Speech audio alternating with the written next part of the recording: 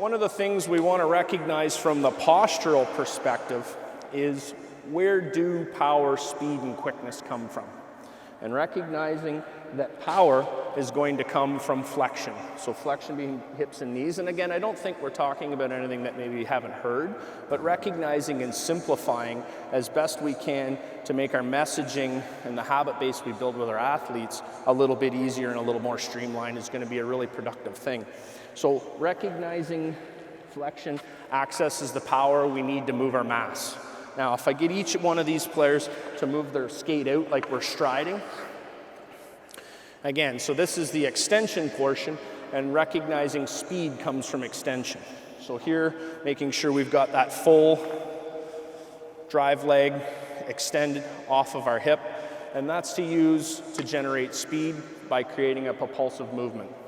If we return our leg under our hips, that movement will be where quickness comes from, because it's going to allow us stride turnover. The sooner we're able to generate our next stride, the sooner we're going to be in a situation where we can get to the place in the game we need to get to, closing on our man, to that loose puck, to our assignment.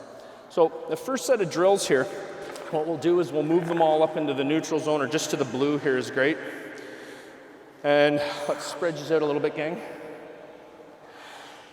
Now we'll start with 3 poses. One of the ways that we'll start to instill a habit base that allows us to get the things we need from our athletes in terms of how they move is going to start, and I'll call this a push slide series. And so what this will do is this will give us the areas and the drill set to be able to build these habits, rep these habits, and drill these habits, both from an extension, flexion extension and return, accessing power, speed, and quickness. So guys, let's go to the first pose. This one's called a core pose, or sorry, a posture pose.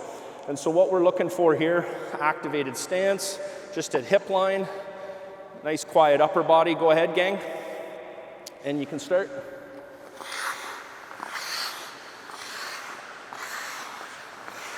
And what we're looking at here, and the reason why we've got our stick where we do, is we're trying to control posture. We're trying to get them into a comfortable position, controlling posture. So if I bring Ella out and I get her back to this spot, the concept with this posture pose is, again, we want to have a nice still upper body, but we want our mass to be centered on our hips. Our hips in skating are at the center of our gravity, or the center of our universe as a skater. So our next pose is called core, and we'll show you what it looks like. And the concepts here are to create an efficiency, and ultimately the overriding principle is that any push in a direction needs to create advantage for a skater. So if we can do a good job of creating that balance, that postural integrity to be able to generate the force and the push in the places we're trying to go, that's a good thing. So guys, let's go to the second pose, which is core.